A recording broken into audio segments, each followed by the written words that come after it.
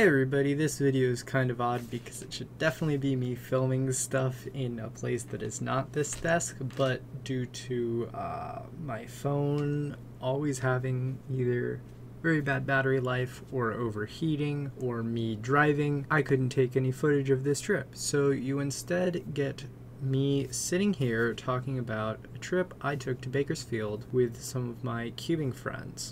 Speed Cube Shop, which is a cube retailer, was doing an open house kind of thing as the Speed Cube Shop Summer Open, and so my friends and I decided to head up.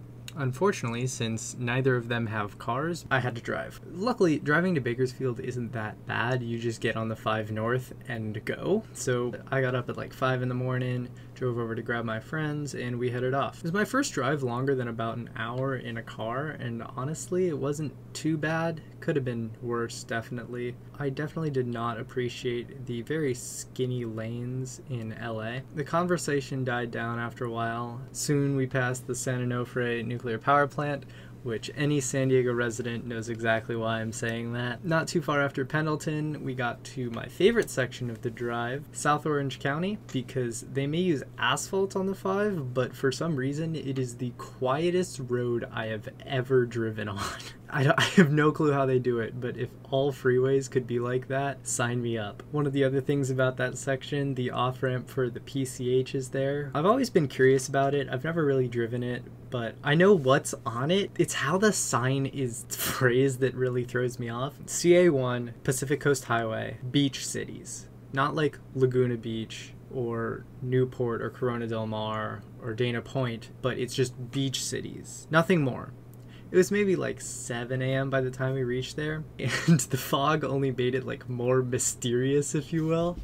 So you continue up on the 5 North, and you pass through Irvine, Anaheim, LA, Santa Clarita, and Six Flags, and after Santa Clarita there's not much. You just keep going higher into the mountains, and you twist and turn around the freeway. The fog is mostly burned off by the coast, but you're up in the mountains, so the fog's still there. It's maybe 8 in the morning or so. And this is like no exits for 20 miles and just road. I haven't like been in California like that for a while, but eventually you see signs that it's like downhill grade soon. And at this point, I'm the only one awake in the car because the other 2 guys are crashed out. I've never been to Bakersfield before this trip. I've never even been to the Central Valley before. So I come down the hill out of the fog, and I swear to God I double take because it's like a freaking different planet. If you've driven to Bakersfield, you know what I mean. I'm used to like rolling hills and curves and roads.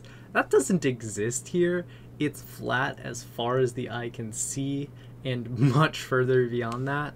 Nobody ever talks about the Central Valley in California. It's always NorCal, SoCal. The Central Valley gets just forgotten and left out. The San Fernando Mountains do their best to hide the valley from the influence of LA. There are more cows grazing than there are cars on the road. So we made it to the Speed Cube Shop warehouse, and we were greeted by like, I don't know, 95-degree heat. But it was definitely a good time. I got 2 cubes while I was there.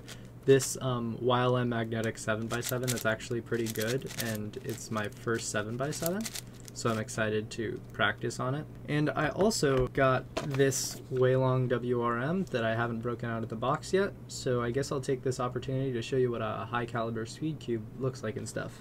Okay, so here we have the box.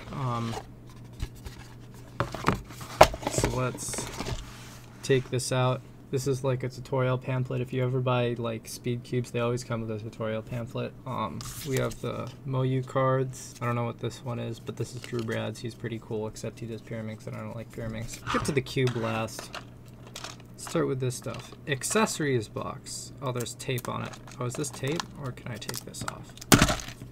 I can take this off. Wonderful. Okay. This is like another pamphlet, just in case I needed to. Okay, so these are tensioning devices. This is a screwdriver. These are really nice. I'm really glad Moyu has put screwdrivers in here. Extra magnets. This is like the core, but that's kind of fragile, as is this. Is there anything else in here? No, it's just kind of neatly presented on top of this box. That's kind of weird, but sure. Oh no! Let's just close this back up and put this to the side before we ruin anything else. Okay, So now for the actual cube. Comes in this kind of neat packaging here. So here's the cube, it's a little dirty. So this is probably pretty dry, but first turns. Yeah, this is not.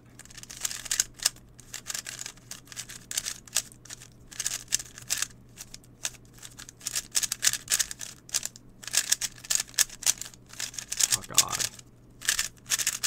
It's really loose right now. So I'll definitely need to do some work on this to get it up to my speed, or slow it down to my speed, I guess, because this is really fast. That's not a good sign. But yeah, so my first, I guess I should clarify that I've used this cube before. This is my main speed cube. They're actually the same model. This one is just set up and is a lot nicer. So this is the WRM. Like I said, I like this cube a lot, thus why it's my main competition cube. But yeah, I don't know, not much else to say. Hey all, me again here, this time with hopefully good camera quality, just bringing you an update on the status of this. So I've done some setup to it, and now it turns a lot nicer. So actually I'm really happy with how this turned out.